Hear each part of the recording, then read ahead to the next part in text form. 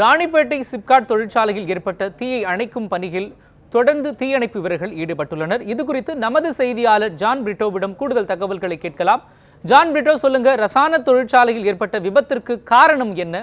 தீ முழுவதும் தற்பொழுது அணைக்கப்பட்டு விட்டதா? இது குறித்து சொல்லுங்க.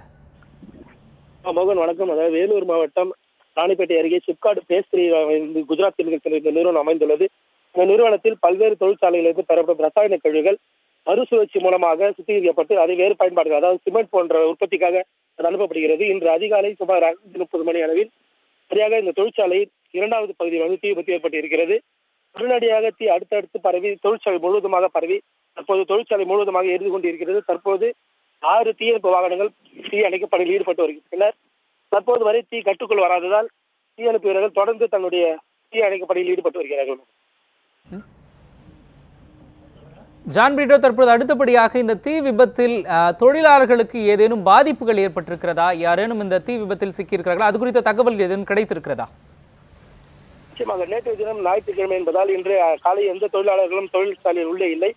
தொழிற்சாலை உள்ளே செக்யூரிட்டிகள் மட்டுமே இருந்திருக்கிறார்கள்.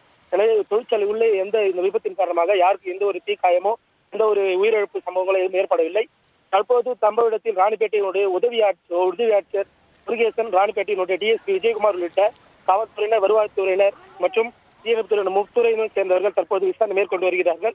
தொடர்ந்து இந்த தீ அணைக்கும் பணி நடைபெற்று வருகிறது. நன்றி ஜான் பிரிட்டோ, உங்களுடைய கூடுதல் தகவல்களுக்கு நன்றி.